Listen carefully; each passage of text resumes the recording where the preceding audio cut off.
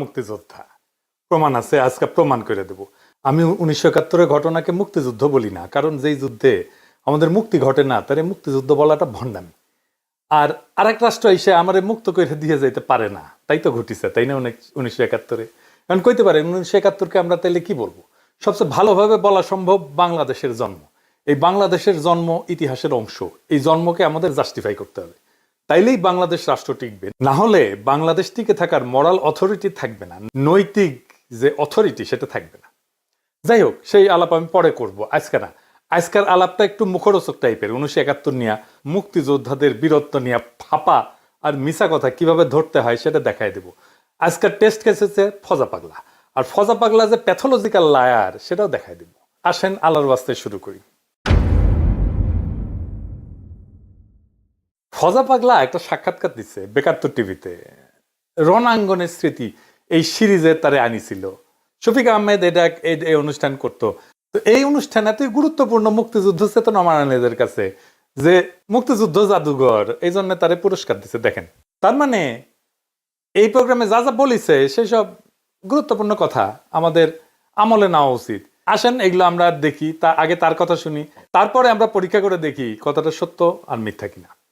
প্রথম দাবি, সে 1971-এর 9 মার্চ পতাকা উড়াইছে। দেখেন এডিটর সাহেব, তার কথাটা দেখান। আমি কিশোরগঞ্জে 9 মার্চ পতাকা উড়ালাম, 10 মার্চ কিশোরগঞ্জ শহরে রইলাম, 11 মার্চ আমি ইটনা আমার গ্রামের বাড়িতে চলে গেলাম।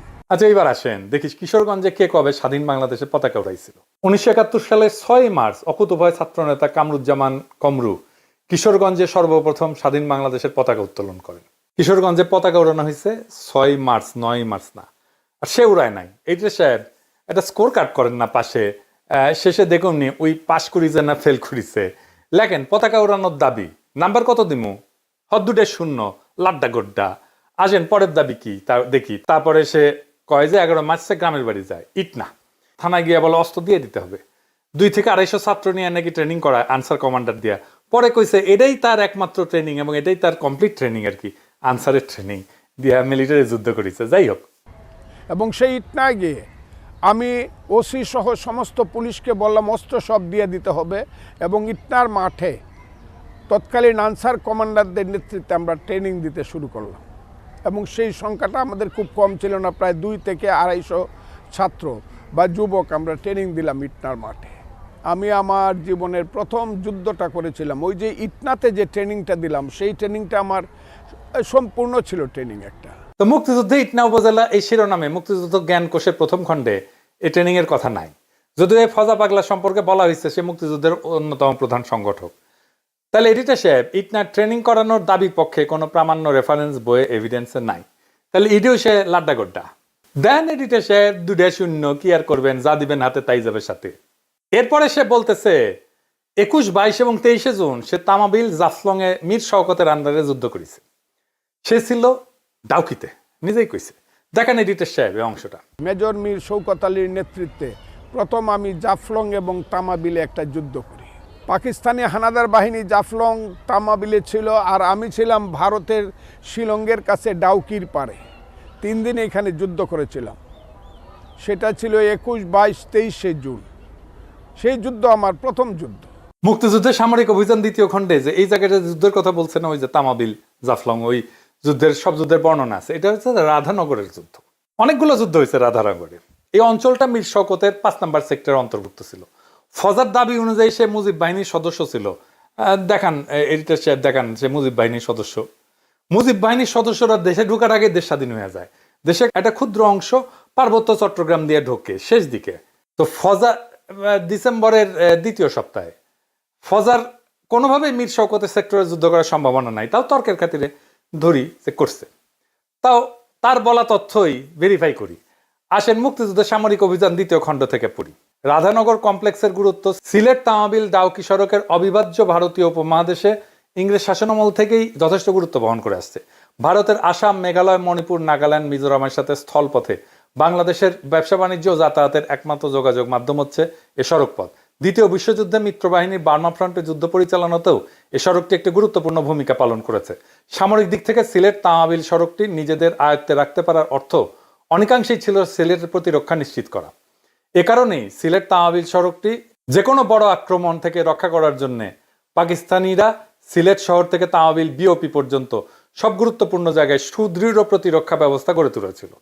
প্রতিরক্ষা অবস্থানগুলোর মধ্যে রাধানগর অবস্থানটি ছিল গুরুত্বপূর্ণ। কেননা মুক্তিবাহিনী কিংবা ভারতীয় বাহিনী যদি সিলেট তামাবিল সড়কের রক্ষণ ব্যবস্থা ফাঁকি দিয়ে সিলেট শহর পর্যন্ত পৌঁছে যায়, সে পরিস্থিতিতে রাধানগর থেকে অতি সহজে অল্প সময় সিলেট ডাউকি সড়ক পথে যে কোনো অবস্থানে আক্রমণ করা যায়। তো এই ডাউকি ঘাট অঞ্চলের অবস্থান দখল করে রাখার জন্য রাধানগর ছিল একটা গুরুত্বপূর্ণ জায়গা। সহজ ভাষায় রাধানগরের অবস্থানটা সিলেট তামাবিল ডাউকি শিলং মহাসড়কের এতই কাছে ছিল যেখান থেকে যে কোনো ধরনের বড় ধরনের বিপর্যয় ঘটানো সম্ভব ছিল। আর সেই লক্ষ্যে দীর্ঘ 8 মাস ধরে পাকিস্তানিরা রাধানগরের চারিদিকে এক বিস্তৃত এলাকা জুড়ে একটা শক্তিশালী সুসংহত প্রতিরক্ষা ব্যবস্থা গড়ে তুলেছিল। 21-22 কোনো যুদ্ধ হয় নাই। 23শে জুন পাকিস্তানিরা আক্রমণ করে রাধানগর দখলে নেয়। তো উই তাইলে যুদ্ধ করিছে, তাহলে তো হারিছে উই, কিন্তু 21-22 যুদ্ধ হয় নাই। 27শে জুন মুক্তিবাহিনীরা আক্রমণ করে কিন্তু পরাজিত হয়ে পশ্চাৎপসরণ করে। 13ই জুলাই জাফলং এ একটা যুদ্ধ হয়, এটাকে মুরিয়ার যুদ্ধ বলা হয়। যে দেখেন, তাইলে ওই যুদ্ধের কোনো কথা আছে? ডাউকি ইন্ডিয়ার মধ্যে, ডাউকিতে একটা মুক্তিযুদ্ধ ক্যাম্প ছিল, সে আছে ডাউকিতে। ডাউকি থেকে সে যুদ্ধ করতেছে জাফলং আর তামাবিলে। এইটা স্যার গুগল ম্যাপে ডাউকি তামাবিল আর জাফলং দেখান তো। তামাবিল আর জাফলং দুই দিকে না, আর মাঝখানে ডাউকি, দেখেছেন? এইভাবে মিলিটারি অপারেশন করে, দুই দিকে মিলিটারি অপারেশন হবে, আর ওই ডাউকি থেকে ওই যুদ্ধ করছে।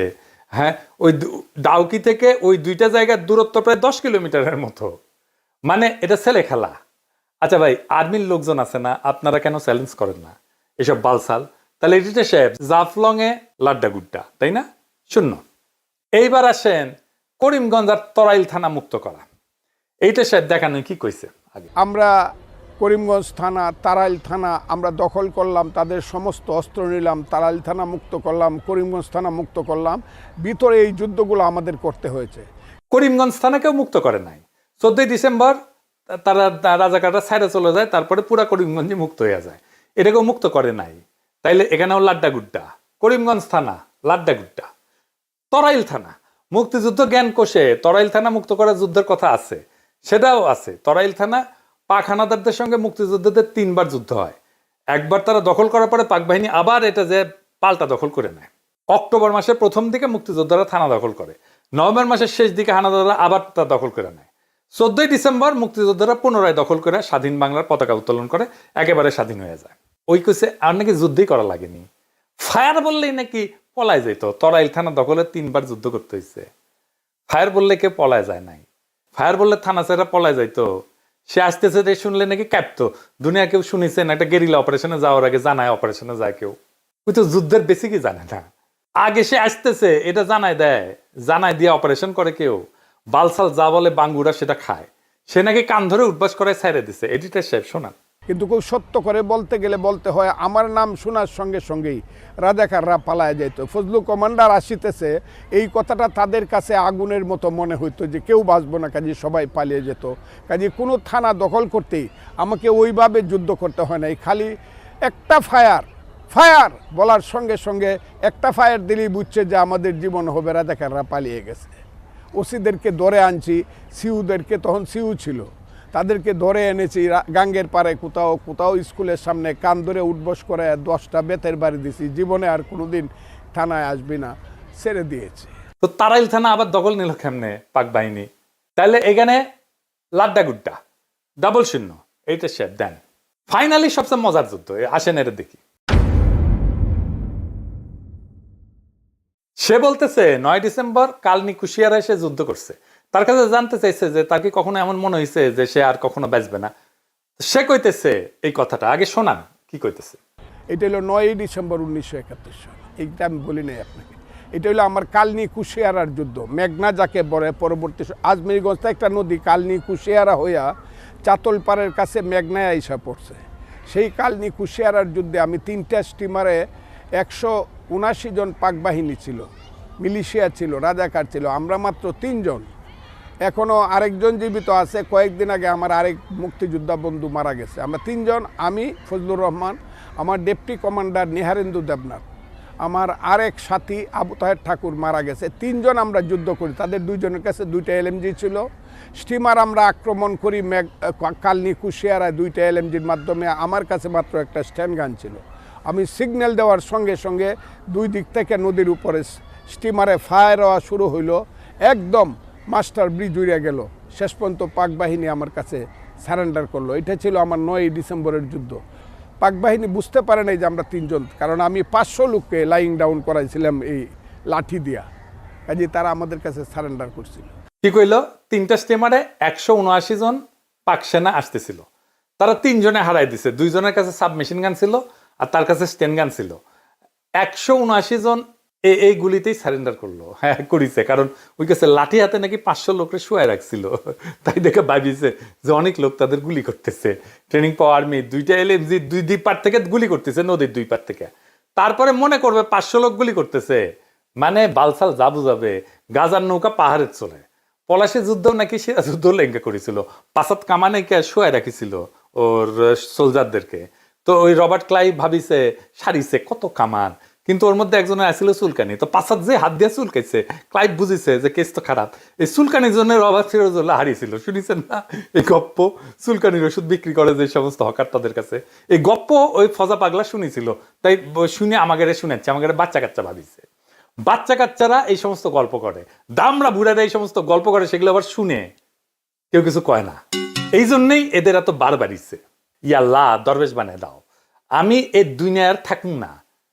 তো এডিটার সাহেব পাশ করিছে, ওই করে নাই। দেখেন না যে বিশেষ বিবেচনায় পাশ মার্ক দেওয়া যায় কিনা, দেওয়া যায় না। দেখেন দরিদ্র অথচ মেধাবী, এই কোটায় দেওয়া যায় কিনা পাশ মার্ক। এই কপালটাই খারাপ রে ফজা পাগলা। বেকার তোর টিভিতে সাক্ষাৎকার দেওয়ার আগে তুই কি আলু খাইছিল? আলু, হ্যাঁ তাই মনে হয় গোল্লা পাইছু। পরীক্ষার আগে আলু খাইতে হয় না রে পাগলা। তোর কোনো দোষ নাই, দোষ আলুর। তোর আলুর দোষ আছে। এবার ফুট, মুক্তিযুদ্ধের দুচাইতে আসিস না। তোর ভগন্দর হান্দাই দিব মুক্তিযুদ্ধ। এবার কে আসবে মুক্তিযুদ্ধ? নেক্সট।